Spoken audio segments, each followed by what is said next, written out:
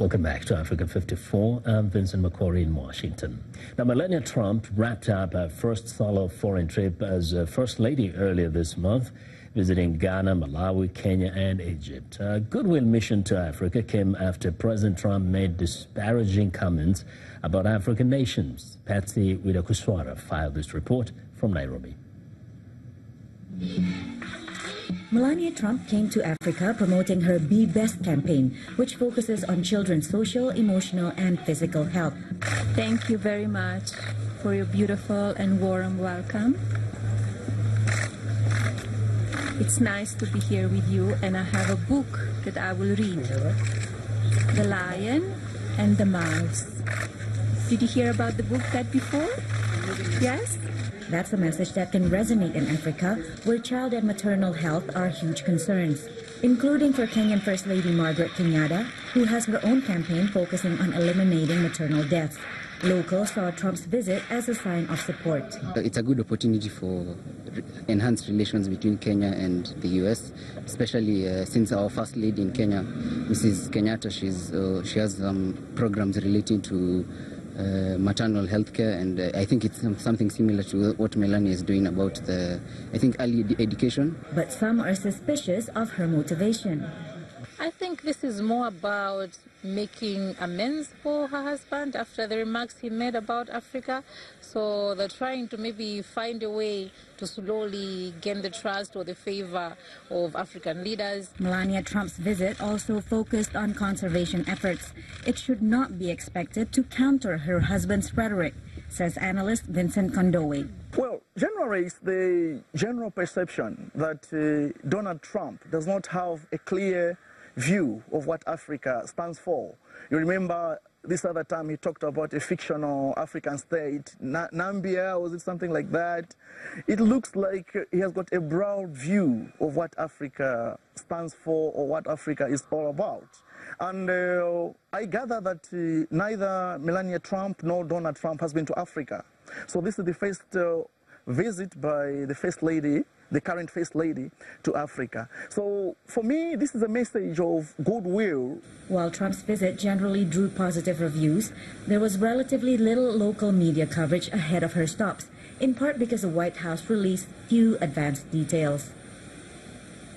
Patsy Widakuswara, VOA News, Nairobi. The pursuit of peace in South Sudan is gradually reaching every facet of society.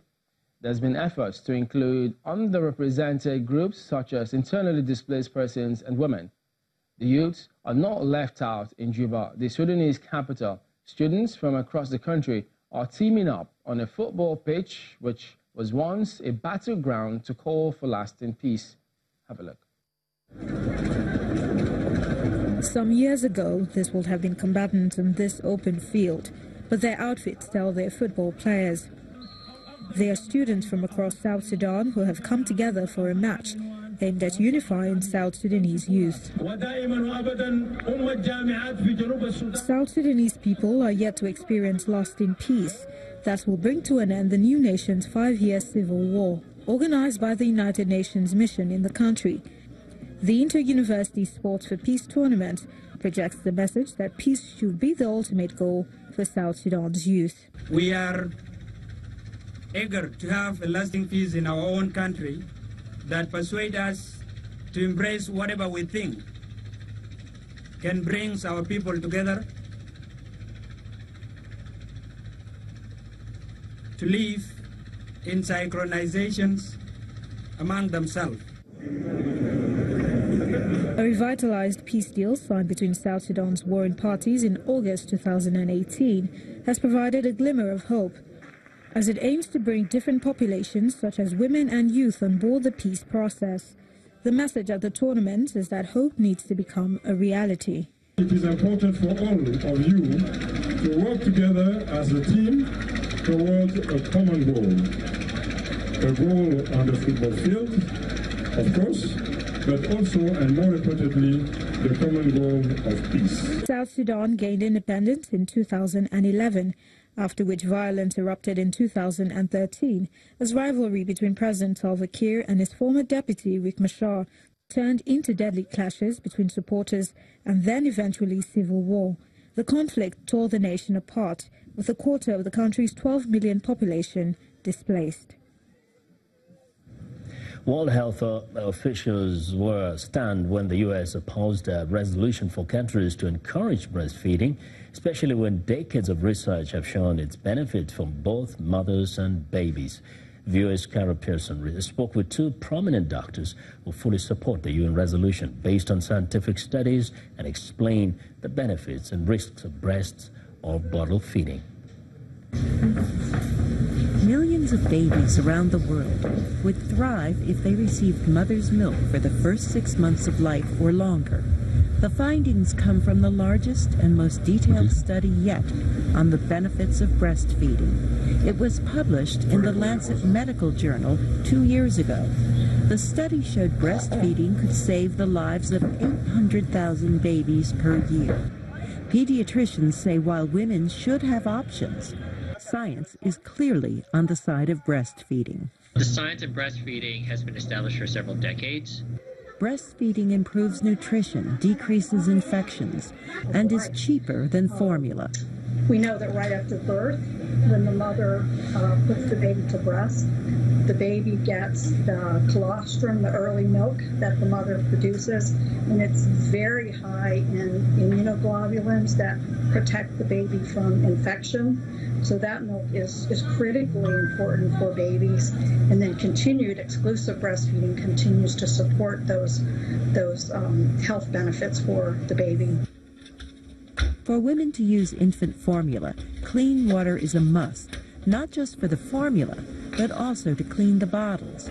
The nipples and spoons used to measure the formula must also be clean. If not, the baby can get diarrhea, which can be fatal. And because formula is expensive, if a mother tries to stretch it out, the baby will not get enough to eat. The benefits of breastfeeding are extraordinarily high to be able to protect against these illnesses.